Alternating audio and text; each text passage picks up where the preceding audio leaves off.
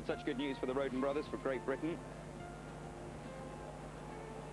Let's have a look at how the top three qualified for the final. French pair. You can probably hear the crowd in the background cheering them on. The Gué brothers. And Ian, while we watch these, perhaps you could tell those who aren't avid canoeing fans what the different disciplines are and how these guys have to work together. Yeah, with the C2 class, then it's all about harmony between the paddlers. They've almost got to be knowing what each other are thinking before they do it. Obviously, they're getting cues from the water. The way the boat is thrown around gives each paddler an indication of what needs to happen. But it's time and experience that allows these guys to perform at the highest level. You don't often get crews jumping into even athletes that have maybe reached heights in other classes, competence in other classes. It takes them a little while to get the feel of paddling Canadian doubles. And as I say, it's a discipline that takes many years to master, and we see few crews that do.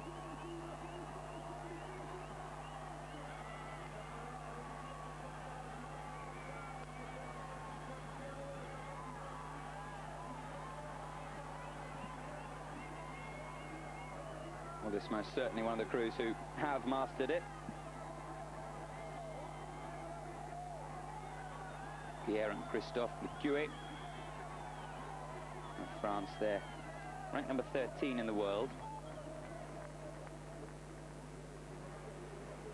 and qualified third fastest for the final. Those semi-final runs, the first time they'll have seen this course.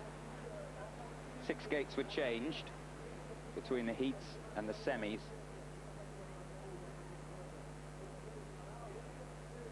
But the course is the same from this morning, the semi-final and final over the same course. Now here come the Slovaks. Again, big C1 and C2 tradition in Slovakia. And they're lying first and second after the semi-finals. Kuban on Olenjik, they're second after this run. Quite a feat to put 2 C2s first and second from the same nation. Slovaks, as you said, are very strong in the Canadian classes, and that is endorsement of that.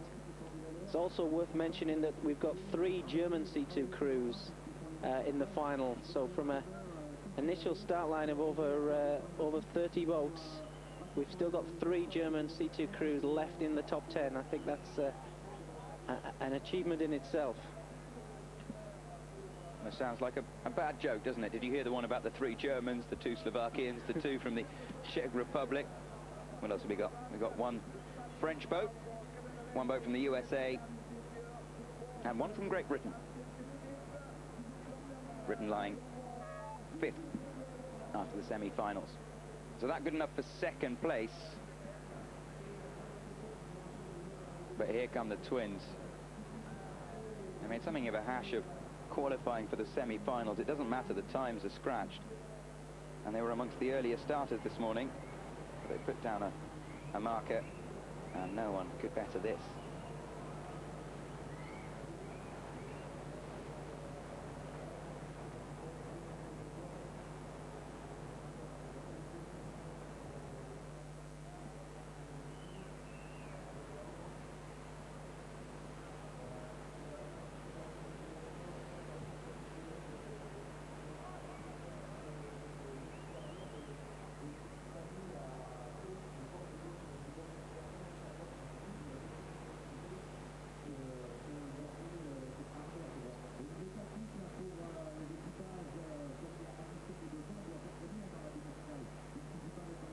Peter and Pavel, these twins, amongst the new young guns on the canoeing scene. Just 22 years old, and already ranked world number 1 and hot favourites to take this title. And this is why. Great first run. They'll start 1.5 seconds ahead of the rest.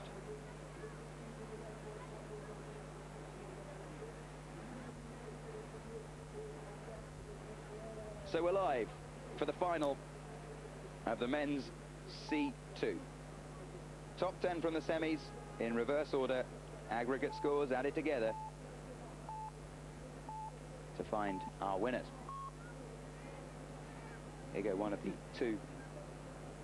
the two Czech boats.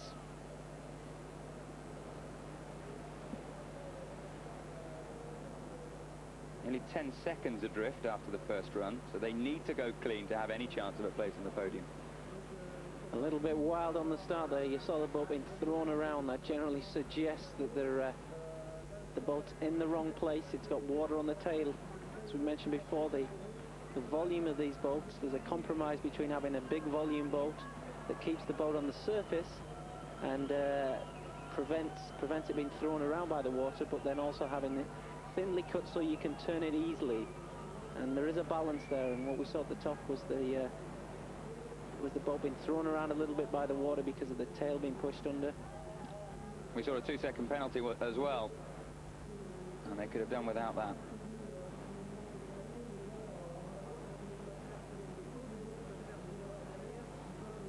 Four penalty seconds in their first run. Once again, difficult to gauge exactly how fast they're going. I mean, the first crew down, but those 2 seconds will not have helped their cause any.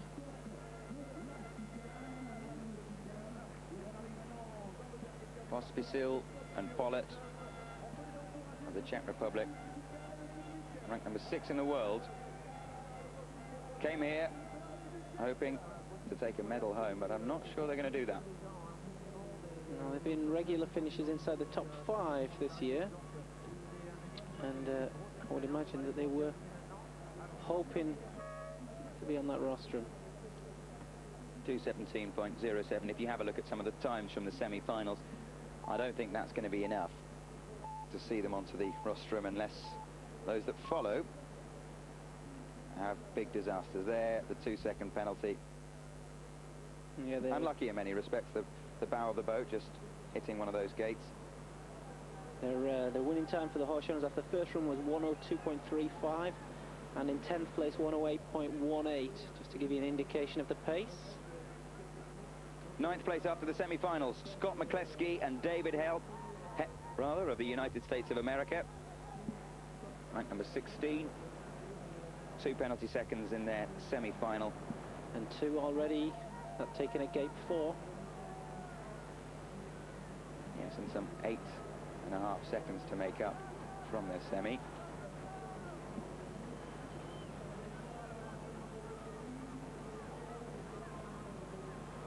These boys finished 5th last year in this event, so I'm sure they're hoping to at least match that.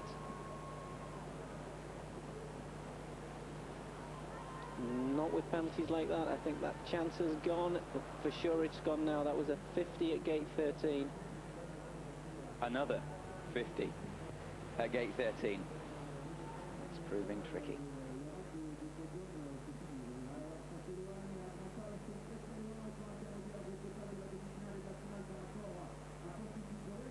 Well, with that 50-second penalty, the split times are rather meaningless. They got in trouble there. Yeah, too far river right. You're looking downstream to the boat through the gate. They were too far to the right. That throws the boat onto that rock. That rock has been the bane of so many people's performance over the last few days. So disappointment for the Americans. And they finish 2:77.12. On the public address system seemed excited, but less so Messieurs Hepp and McCleskey. Here come one of the 3 German crews, Ehrenberg and Senft. Many people's fancies, certainly for a medal coming into this World Championship. In world ranking, number 2, and thoroughly deserved as well. Yeah, been on the rostrum twice this year at the some of the early World Cups, the first World Cup in China, and then again in Tartan, Slovenia. Third in the Olympic Games in '96, so not shy of a good performance. Yes, they know how to turn it on when it matters, and well, in that early section of the course they've done just that. Some 2-3 seconds ahead in the first split.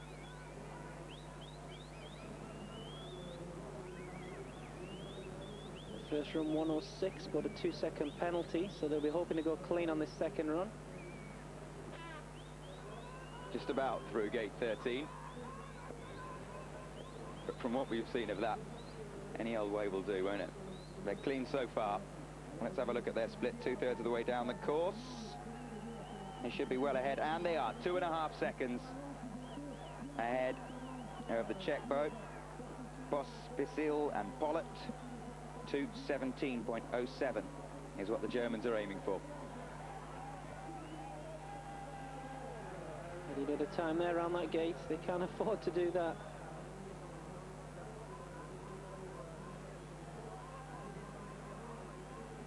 Yes, these two lying in 8th after the semi-finals. They will take provisional first place, 2:13.11, nearly 4 seconds quicker than the Czech boat.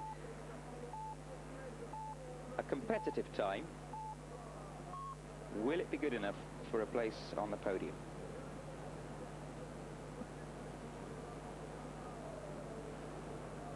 It was a clean run.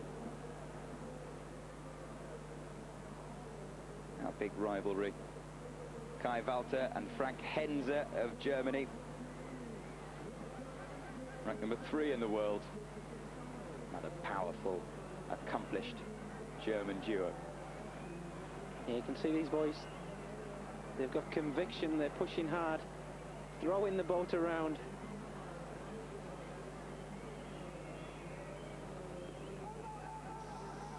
It's got to be powerful, but it's got to be in control as well.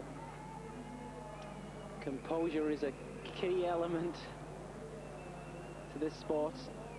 Well, they hit both poles there, but just a 1-2 second penalty. And they've lost a bit of time around there as well. And they were clear on the first run, so if there's not too much time lost, although they weren't particularly good into the upstream after that penalty either, so there's time given away there. Tight round 14. Now they have to go for it. They know that. They're well down on the split. Yes, 2 seconds lost to penalties and another 3 or 4 lost around gate 11. I think it would be fair to say that this isn't going to be their day. Time in 19 as well. Yes, I don't think that's too controversial.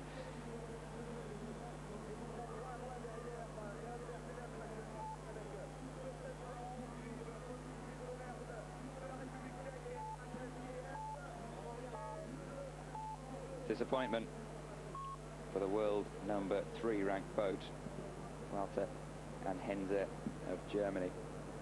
There was that first 2 second penalty. And it rather went downhill from there.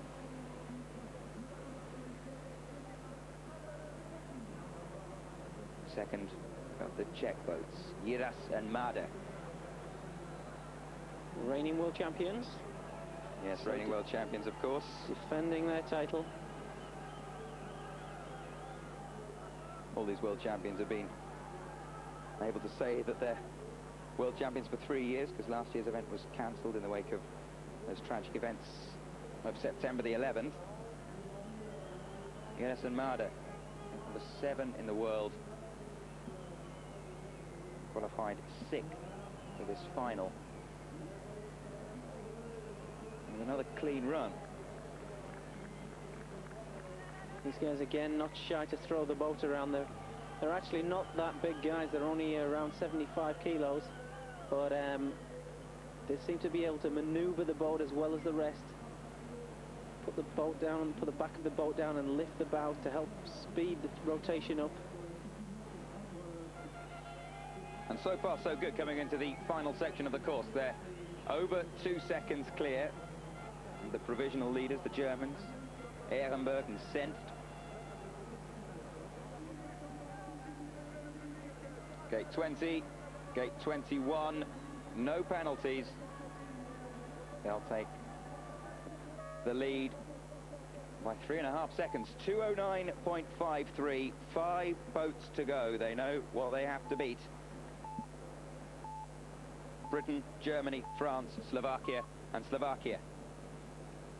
Those 5 boats to come.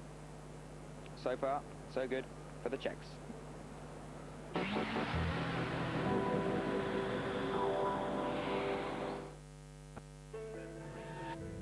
Every turn, every gear, every rev, every second is captured, analyzed and adjusted real time with the help of HP ProLiant servers powered by Intel Xeon processors. The intelligence that drives the BMW Williams F1 team to victory.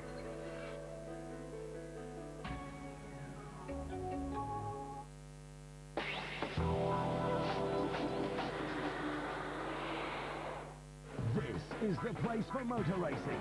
There's the British World Rally Champion. Follow Richard Burns and Colin McRae in every stage. And the All Japan GT. In the American zone on Sunday nights, Indy car racing as well as NASCAR. More motorsport than any other channel. British Eurosport is the place to be. Welcome back to World Championship Canoeing here on Eurosport. I'm Vassos Alexander. Alongside me, former gold medalist at a World Championship and two-time British Olympic team member Ian Raspin. And Ian, I know you've got high hopes for this boat. Bowman and Smith lying 5th after the semi-finals. The top 5 go in reverse order, the top 10 do. The time they're shooting at 2:09.53 from Jiras and Made of the Czech Republic. Yeah, these boys are the running time on the first race is 1:03.34, so only a second down on the fastest running time, but a penalty. And again, we saw in the second run a penalty early on. They need to keep this run clean if there's any hope of them getting in amongst the medals. Nick and Stu are competent athletes. They won this event last year, so there is the possibility of them getting onto the medal rostrum. Have a look at the split. 2.2 seconds down on the Czech boat. They're ranked number 32 in the world, the British duo. I think that's slightly harsh.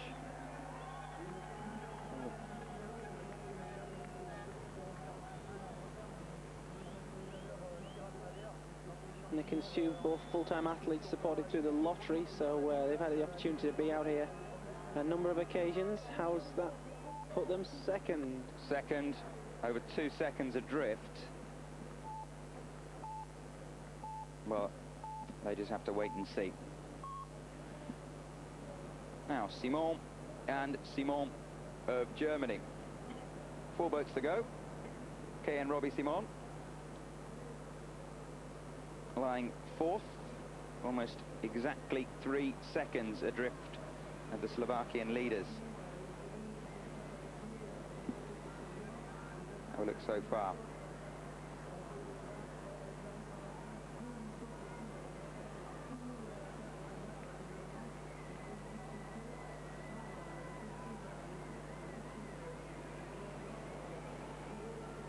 Very powerful pair, but just down on the first split.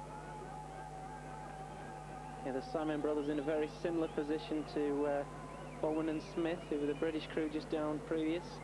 They had a reasonably quick time, 1:03, but 2-second penalty spoiling that. They need to stay clean. Fast and clean. Clean through 13. Tight through 40. Have a look at their split. It looks good. Are they inside the Czechs? Just outside. 1/3 of a second to make up in the last third of the race or so.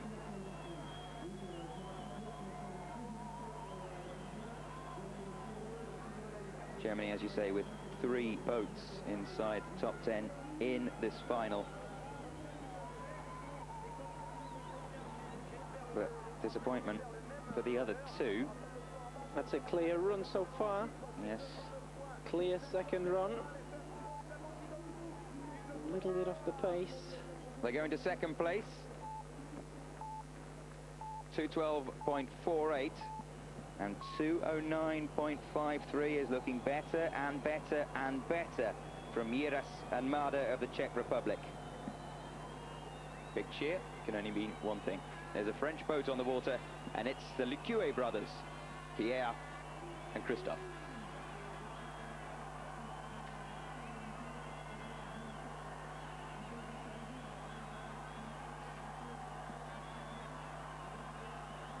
All 3 of these last 3 crews went clean on the first run, so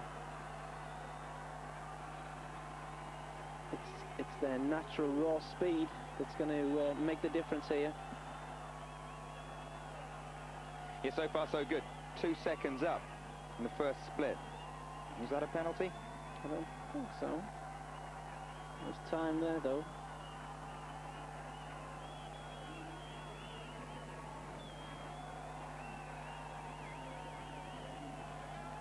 That was really good. Yeah, about as good as we've seen through 12 and then 13 and 14. Good as some of the kayaks through that section. Here comes the split. You're right, it wasn't a penalty. They should be well ahead. And they are. Nearly 1.5 seconds.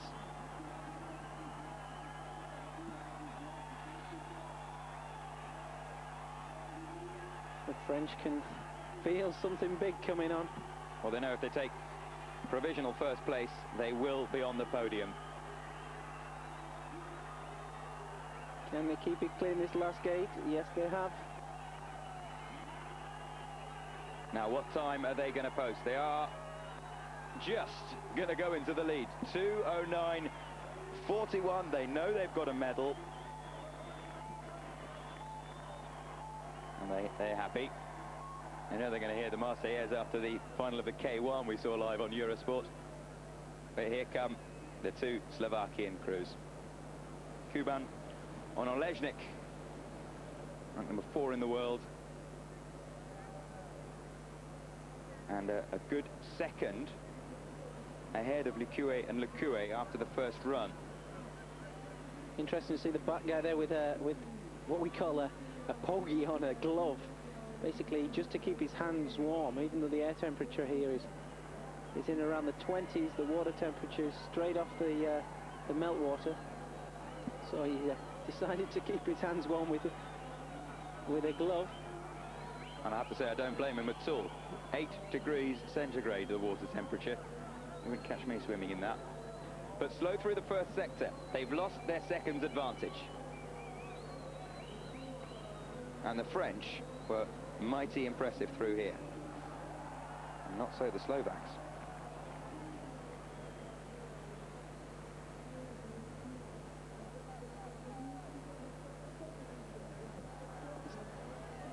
Valuable time being given away there. It wasn't a bad contingency plan at gate 13, but they didn't really follow it up into 14. And I think we will see here there's time given away. Oh yes. They're clean, but they were slow through that tricky mid-section. 4.5 seconds. They're not going to make that up in the last third of the race. So the French brothers, no, they'll have silver, if not gold. German brothers, no, they'll have bronze, if not silver. Can we have a podium of 3 sets of brothers, I wonder? Disappointing second run. The world number 4 ranked boat and finish out of the medals. Well, here come the twins.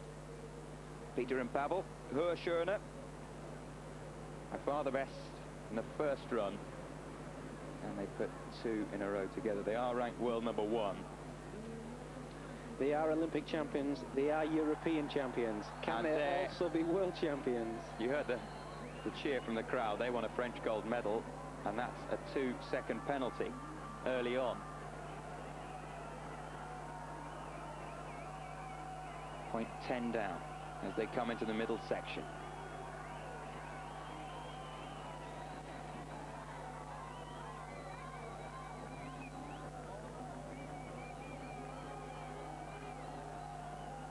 Wonderful talent, working together really as a team. Again, look at the precision in which they place the blade there. Some of these crews putting their heads down and really pulling hard. These guys still got the power, but it's all precision stuff. They're placing the blades. They are placing the blades. And despite another 2-second penalty, they're that quick. They're half a second up going in to the last third of the race. What can they do from here? It's up for grabs. Will it be France or will it be Slovakia? 2:09.41 is what they're aiming at. It's about 4 seconds from this drop. I think they're going to do it. They are going to do it. What a wonderful third section from them. Wow. Wow. In the end, it was easy. 3.2 seconds. Oh, they just confirmed their wonderful talent. The French with silver. And it will be 3 brothers, or 3 sets of brothers, on the podium. You'd have to say, like the men's kayak, it's the Haushourners who've dominated this season so far, and they've proved yet again today that they are the best crew. Oh, in fact, Simon and Simon just miss out on a medal for Germany, and it is Jiras and Made of the Czech Republic who take bronze. But, as you say, Haushourne and Haushourne have been the best in the world, and they've proved that here in the French Alps. They've taken gold.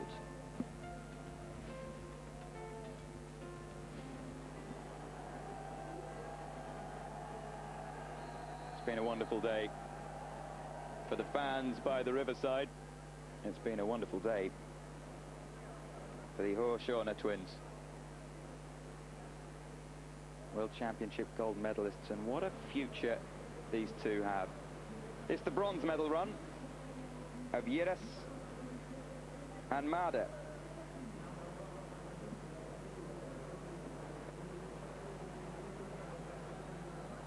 They'll be pleased with that after qualifying 6th from the final.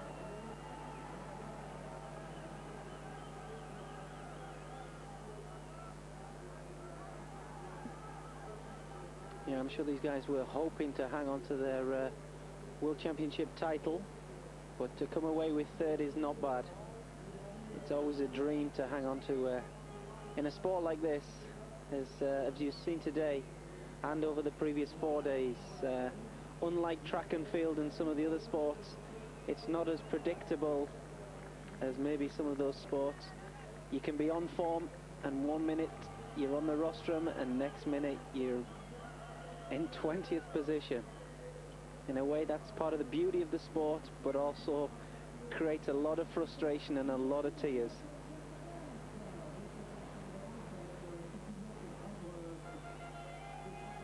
A spirited defence of their world title, though, from the Czech pair. And they'll go home with another World Championship medal. I wonder where they'll put theirs. Yours, Ian, you were telling me, is in a cardboard box somewhere in your attic. That's where it was last time. Yeah, we're in the midst of unpacking, having moved house recently, but it will take pride of place when eventually we get round to unpacking all our belongings. They do like getting in picture, these British fans. There aren't too many of them here, but they've come with their flags and they're making an awful lot of noise. And the cameraman seems to like them, keeps picking them out. These are the fans' favourites, not the British fans' favourites, but nearly all of the rest of the 6,000 packing the riverbank. For the Coué brothers of France, they nearly did it, didn't they? A silver for them. And another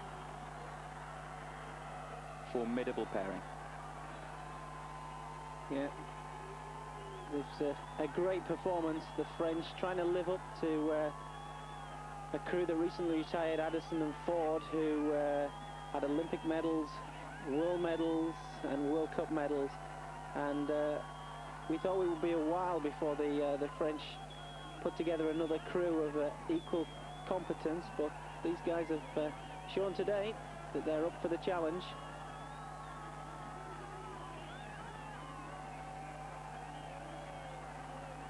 Very good through that section.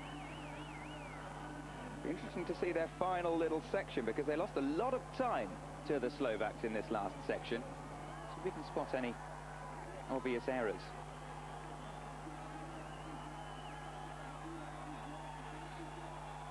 I think there's possibly a little bit of time in the upstream here, but not too much. No. A little bit of setting up there, but nothing massive. And maybe got over a little bit too far right there. There was a little bit of time just to drop over there, but it was still good enough. Yeah, they knew then that they definitely had a place on the podium. It's great, of course, competing in front of your home fans. It does have its own intrinsic pressures, though. It's an endorsement to the French system. The French have a great system. They have professional club coaches that encourage the kids into the canoes and give them the basics, and then when they've mastered that, they move on and get some support on a regional level before, if they're good enough, getting onto the national program. Well, Slovakia just keeps producing them. Not a great start from the twins, but simply awesome speed. Can these two dominate for years and years and years? Well, they're only 22 or 23 now, so you would think that there's a distinct possibility.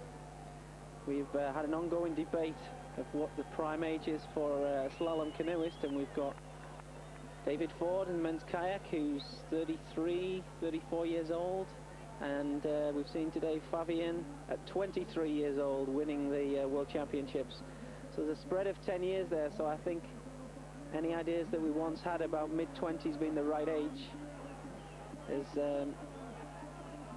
no longer the case.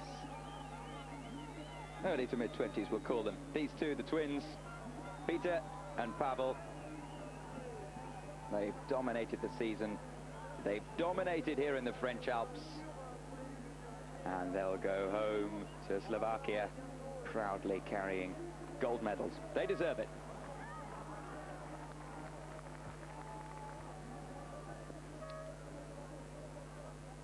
So a wonderful afternoon down by the riverside. France have won the K1 gold medal. Slovakia, the C2. We're back tomorrow for the final of the women's K1. We'll also have a look at the K1 team event. And that's straight after this programme. It was yesterday. Always a treat to see the team events in this format. It's only at a World Championship that you'll ever see that. 3 boats desperately trying to get all 3 of them down past the finishing post within 15 seconds of each other. But today was the day of the youngsters for France and Slovakia. Thanks.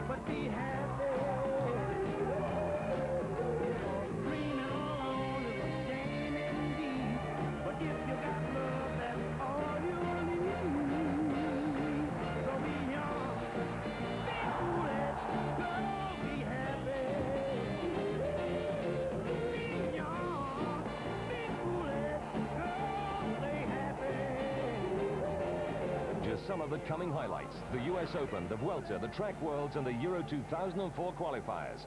British Eurosport in September. British Eurosport is the place for motor racing with World Superbikes. 13 rounds and we've got every one. There's the stars of motocross, a full season of MotoGP and a brand new superstar, Valentino Rossi. World Rally has a British champion. Follow Richard Burns and Scottish challenger Colin McRae for every stage throughout the season. There's the legendary Le Mans 24 hours and some of the tightest saloon car racing in the All Japan GT. The Super Racing Weekends have 5 motorsport events in just one meeting. Sunday night means the American Zone for IndyCar racing, America's Formula One and NASCAR. Nights of Thunder, out on the ovals. More motorsport than any other channel. So if you love motor racing, British Eurosport is the place to be.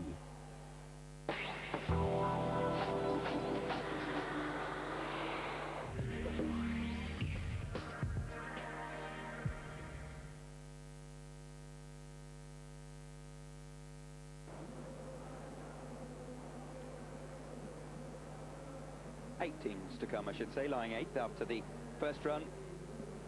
The Australian trio, Lachlan Milne, Warwick Draper and John Wilkie.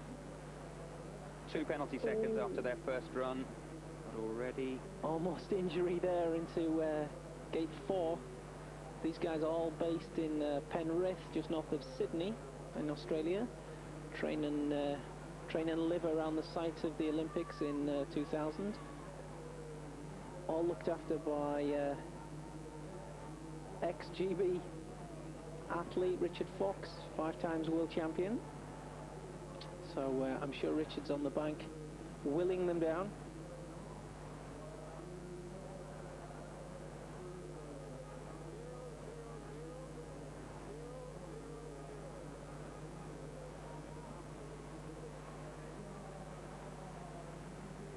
So far so good, it appears. Let's see when the split appears. Oh, well, I couldn't have been 100 seconds of penalty. further wrong. I didn't notice some of these calls, very fine lines. Yes, in this case. I guess those were very tight calls. Are there any disputes ever? I mean, is there an official procedure if you dispute a call, or is... Yes, there is, and I have to say that with some of the 50-second calls, then, as we were saying earlier, the margins can be very fine. And for 50-second penalties to be awarded, the athlete doesn't always hit the pole.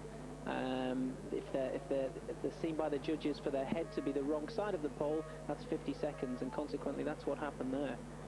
2 50-second penalties that we didn't spot them. Yeah, well, the judges have eagler eyes than we do. The Australians down in 7th place. Slovakia, remember, the team to beat currently, and well, the roar you can hear is from 6,000 French canoeing fans willing their team on. They saw their C2 team take gold in magnificent style earlier this afternoon. Their K1 team, Thomas Monnier, Badois Péchier and Fabien Lefebvre. 7th place after the first run, 6 penalty seconds. Be interesting to see whether these boys can hold it together. The French in the past have had a little bit of a reputation to be all or nothing. A win or it goes out the window. But under the guidance of Sylvain Carignier, who is now the national French kayak coach, I think he's quieting things down a little bit. And certainly these top 2 guys, Fabien and Benoit Péchier, are certainly established themselves over the last 2 years in their individual class. And I would imagine today will do also pretty good. Well, you mentioned all or nothing. We saw that very well exemplified in the C1. 4 seconds up. 4 seconds up at this stage. 4 seconds up and clean so far. The Slovakian time is the one they're aiming for. Remember that C1 race when they dropped the paddle, and the C2 when they were just simply brilliant and came away with a gold medal. That's all or nothing. Let's see whether this one's all or nothing. 4 seconds up at the split, coming towards the end of their second run, roared home by the 6,000 strong crowd. here in the French Alps. We're between Les Arcs and Tignes. Clean run. And the French will take the lead. Will that be good enough? 2:18.25. That is a pretty good marker to put down with 6 teams to come. 2:18.25. They know what they're aiming at. It's the USA in 6th after the first run.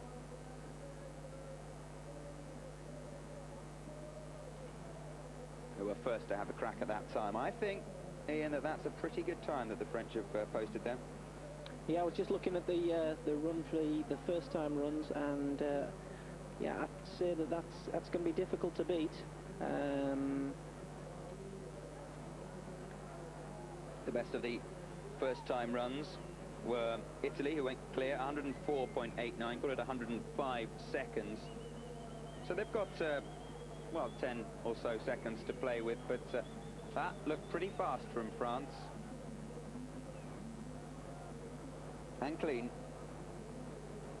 And here come the USA into that tricky mid-section. Let's see how this trio copes with it. Scott Shipley, Brett Hale, and Scott Parsons through gate 12.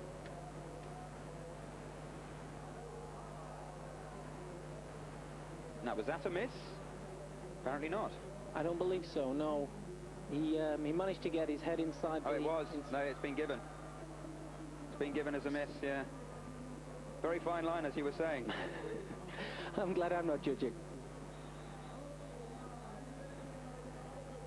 They can't be very popular, the judges. It's not the sort of thing you want to go out for a drink with afterwards. Oh, thanks for giving me that 50 seconds. I thought I was inside it. Yeah, there are a number of occasions where there has been some dispute over penalties that made significant difference on in terms of final seedings. Well, here come the USA then. With that 50-second penalty, there goes their hope of the gold medal. So France still in pole position. The USA 4th after the second run, so they won't get a medal. Next, it's Holland, the Netherlands, Sam Oud, Gukto Koopmans and Floris Braat. Their trio in the K1 men's team final.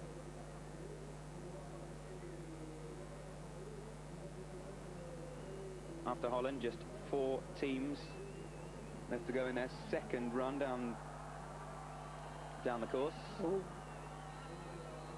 I'm not quite sure what's going on there. It seems as though the first man into gate 4 disappeared. I don't know, unless he was remarkably quick. No, it seems as though he's had problems.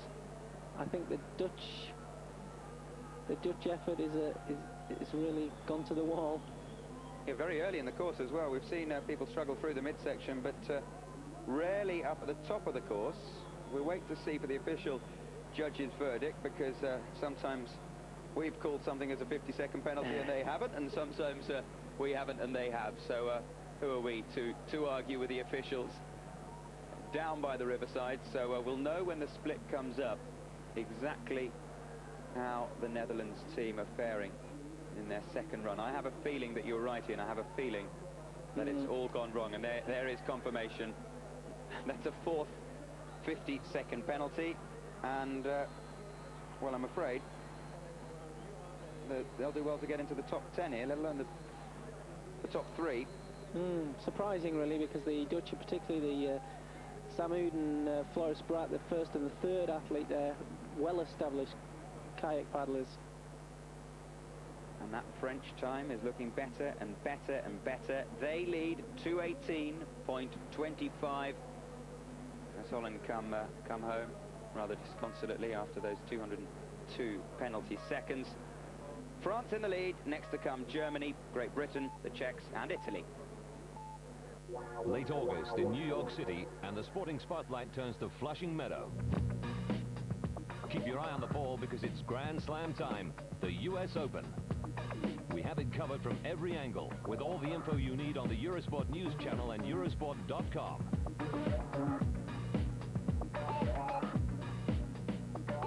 The US Open, live from Flushing Meadow, every day from Monday on British Eurosport.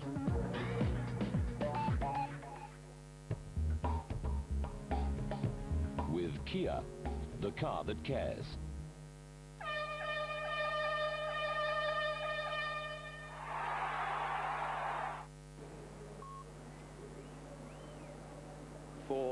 teams left to go.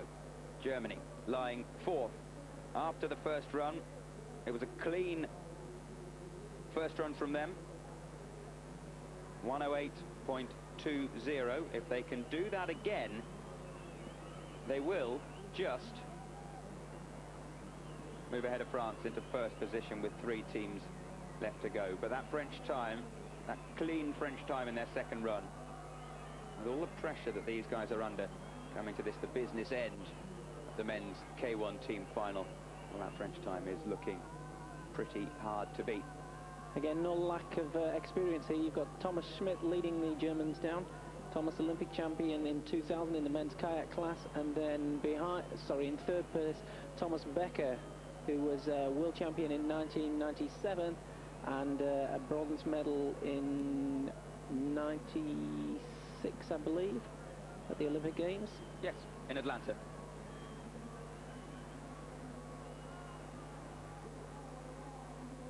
Two seconds of penalties. They're still inside the French team time just.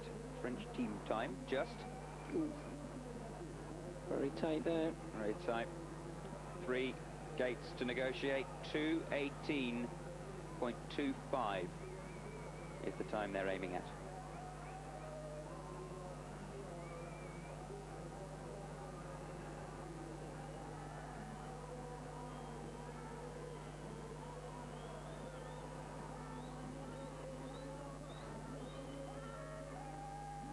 It's when the third man goes through. A very, very fast and very, very competent and strong second run from Germany. They take pole position, 4 seconds or so ahead of the French. It won't be double golden joy for the home fans, but here come Great Britain again. A good, clean first run, but they'll have to match it if they're going to win a place on the podium. 4th place, remember, in the C2 event earlier this afternoon. Let's see how the British trio get on in the kayak. Paul Ratcliffe, Campbell Walsh, Anthony Brown making up the British team, lying third after the first run.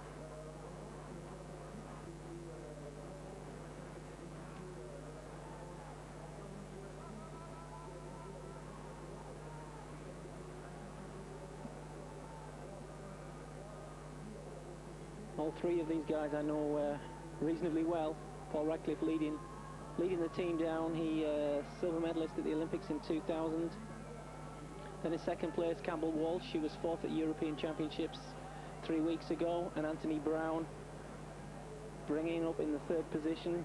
Guy from Durham, and not far from my hometown. All well-established international athletes and capable of getting in amongst the medals here if they can hold it together.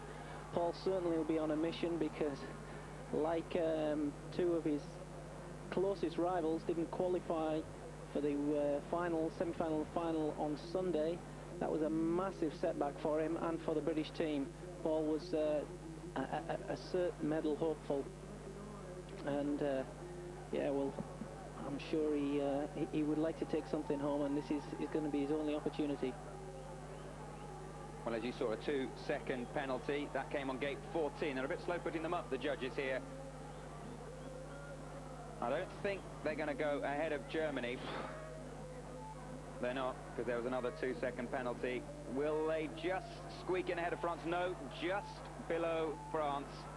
Great Britain provisionally 3rd, France 2nd, Germany 1st. There are 2 teams left to go on the water, and lying 2nd after the first run, the Czech Republic.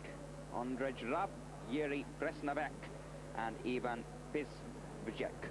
I don't think I pronounced those names entirely fluently here, but I think you know who I'm talking about. They're a good, strong team as well. Yeah, for sure. The Czechs are always a dominant force. You would never write them off, and as we can see with their position now, they're certainly in amongst it.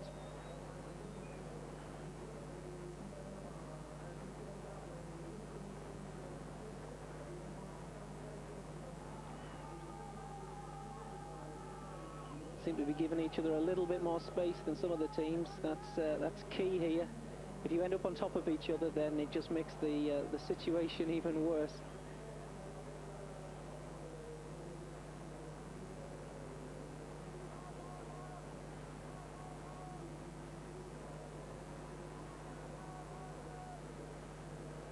looks good so far.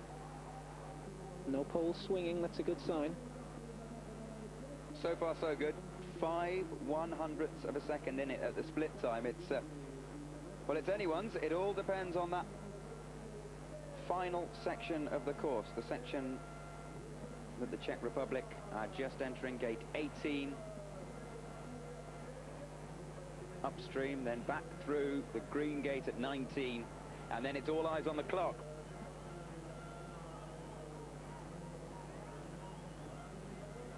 The French waiting in anticipation. 2:14.11. They're not going to do it, but they'll probably take second. Yes. Second place for the Czech Republic. 2:14.11. Germany's time. The Czech Republic second. France third. And Great Britain fourth. And all they can do is wait. The Italian team, we're just learning, did not, I believe, take their second run, so that's well, that's good news for Germany. We're still awaiting confirmation of that, but you can see the standings. If that is right, if Italy did not take their second run, then Germany have their second, well, their first gold medal after 2 silver medals. Here they are, though. Here they are. Italy, the leaders, after the first run of the K1 men's team final. 1:04.89, no penalty seconds whatsoever. The time they are shooting at, Germany's time of 2:14.11. Will it be 3 straight silver medals for Germany? Will Italy win their first gold? I'm going to stick my neck out here and say Italy are not going to feature in the medals. They've certainly Pierpaolo Ferrazzi, this guy we're looking at now in second place, is he's making mistakes as well. He's one of the better international boaters, Olympic champion in 1992. The other 2 athletes, although fairly competent, wouldn't normally feature in the medals. So I would question whether they've got what it takes to lay down a good second run. Let's wait and see. It's a good first run, certainly, from Italy, but this is where the pressure starts really to take hold, and this is where mistakes sometimes tend to creep in.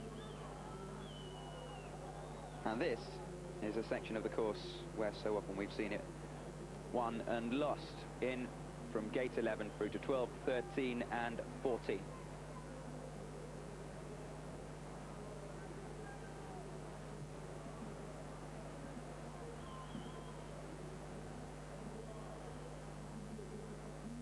All so far so good. I'm beginning to think I might have to eat my words. A shame we didn't have a small 50p on this, but Italy still with the slenderest of advantages. Germany, remember, the team they're shooting at provisionally in gold medal place, 2:14.11. At the last of the red gates, upstream, 19, and then down towards the finish. Once again, it's all eyes on the clock. Have they done enough? 2-second penalty there. There's a 2-second penalty. Does it put them off the... And that means that it is Germany who take the gold medal. 2 silvers and 1 gold medal. Very, very consistent from the German team. Thomas and you can see what it means for them. Please this punch. Please this punch. Well, it was a wonderful... Well, it was both runs were wonderful, weren't they, from the Germans, but the second one especially, under pressure, to post a time like that. They still had 3 teams to go after them, Great Britain, the Czech Republic and Italy, and none could match that. So it's Germany, the World Championship gold medalists.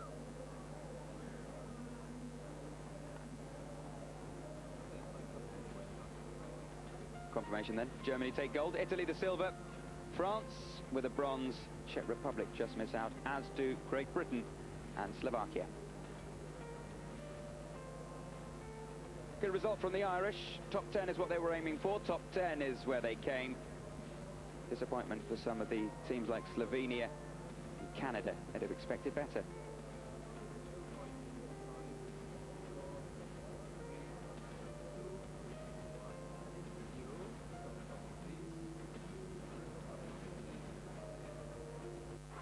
3 Grand Slams, the Masters, and 21 ATP tournaments. More action than any other channel. British Eurosport, the home of tennis.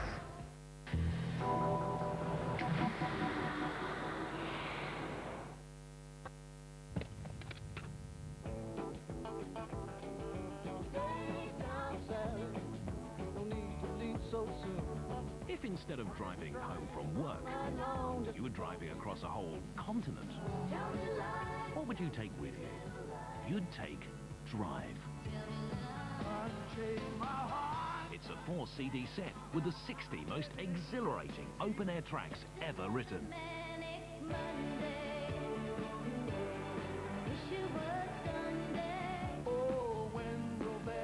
Eric Clapton, Chris de Burgh, Fleetwood Mac, and the Christians.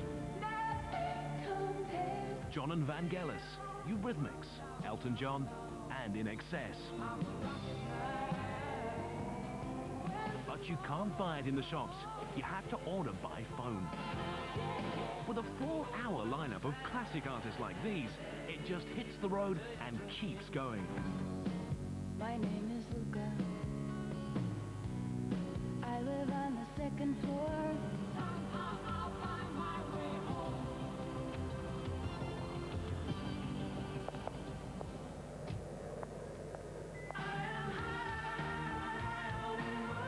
To get your copy, call now.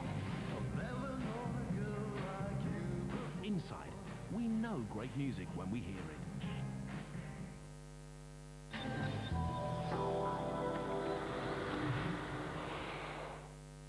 Signing score the goals in the Premiership, while Austria could be heading for the Nationwide League. This is British Eurosport News.